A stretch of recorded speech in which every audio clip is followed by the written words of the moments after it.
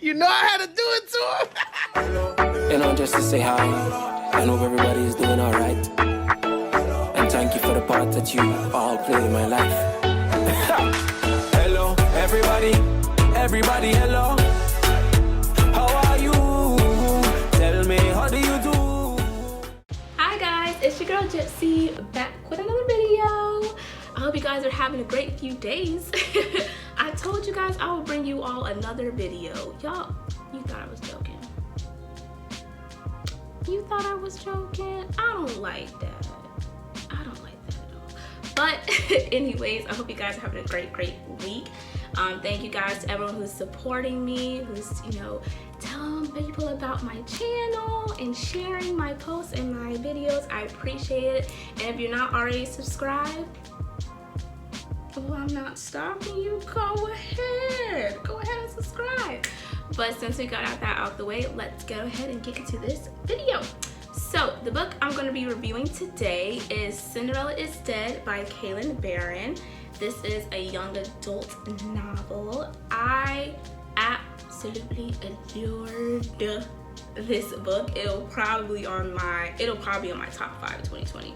Like, if it's not, like, guys, I need you to, like, you know, tweet, like, just get at me for it, because if it's not, then I didn't do this book justice. Like, it is so good. I talked about it to literally everybody after I was done reading it. This is one of the books that I read over my break, and I read it literally in, I think it was like 2 days, or like 2-3 days. It was basically I got it done because I was like, oh, I just need to know what's going on. Like, I was like, as soon as I got invested, I was like, oh yeah, this is it. But it follows basically what it's about.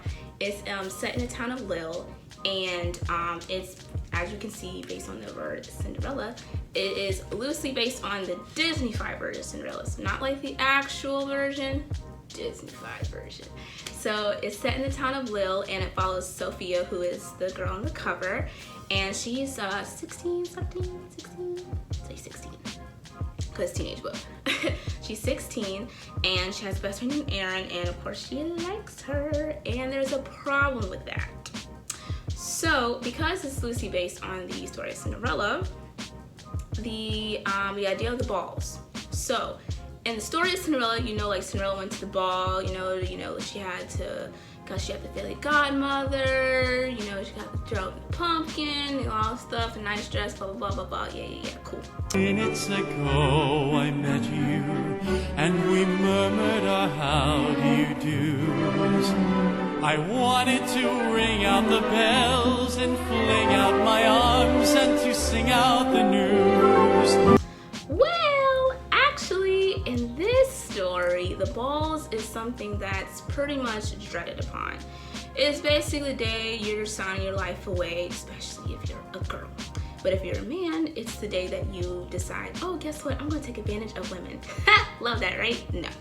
So basically, for the balls, for like the girls, because when they turn 16, yeah, when they turn 16, no, it's in 15 or 16. Ooh, I gotta get back to y'all. I'm pretty sure it's like 15 or 16.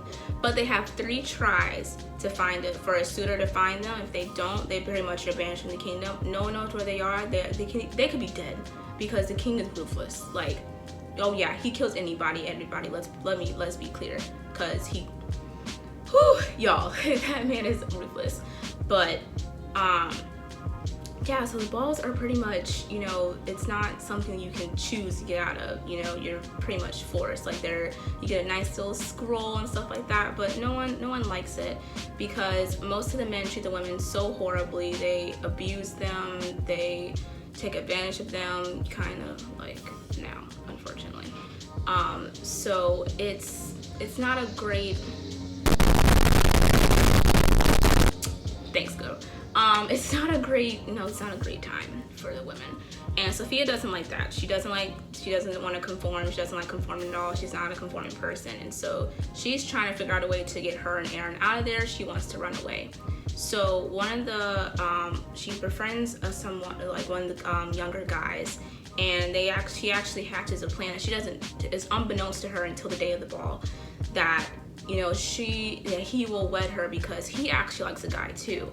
And so he's like, well, you know what, let's help each other out.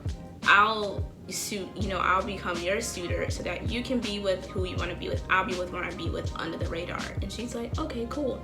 Well, of course, everything doesn't go to plan. There's a scuffle, it gets out of hand, and basically someone else tries to get Sophia. She is not having it because the guy that wants to get her is utterly disgusting, pretty much. And his father's just like, so, you know, the apple doesn't fall from the tree. So she ends up actually escaping from the ball, which is unheard of, and they don't like that because, you know, you can't control. And she ends up running to where Cinderella's tomb is. She ends up meeting this girl named Constance. And Constance ends up being one of the last descendants of the evil stepsisters. Now, it is told in the story, because they're told like the Disney-fied story themselves, that the stepsisters are evil, but basically as soon as you meet Constance in the book, you realize that everything that they've been learning is everything's a lie. It was all a lie. Guys, it was all a lie. Like literally, everything's a lie. And the twists and the turns that Kailyn Barron has in here is, ooh, it is so good. Like just the way, like how she uses a fairy godmother, or is it the fairy godmother, how the king is actually, I don't even want to give it to y'all, like it's just that good. Because I don't want to give you guys spoilers, like that's rude. I don't want to give you guys spoilers. But basically the book is just on level 10, just super good. And you know what I did like about the end of the book, because she just wanted to touch on basically, you know, women being able to make their own, making their own choices, shouldn't be persecuted for who they identify, and you know, the effects on fairy tales, stuff like that. And you know, I just love her so much. And what I loved at the end of the book, in her acknowledgments, she says, and finally, to anyone and everyone who picks up Cinderella is Dead, I want you to know how much it means to me that you would give your time to the story. I wrote it for you, for us. Be a light in the dark. And I think it's just a wonderful book, especially for young women who identify in the LGBTQ, because I feel like this is a really great book for especially people, you know, teenagers, you know, women or men too, that are kind of, you know, they're, you know, like learning about themselves and kind of scared, you know. It's like, oh, what, you know, how do I live with this, especially, you know, unfortunately, if they don't have a great support system and stuff like that, and their support system is themselves, you know, unfortunately, until they can, you know, find a, you know, great foundation and stuff like that. And I think this is a wonderful book, so I recommend this to anybody who knows anyone, even, you know, people our age in 20s too, who just needs a book to uplift them, you know. If it's too triggering for you, completely understandable. Don't force yourself, it is okay.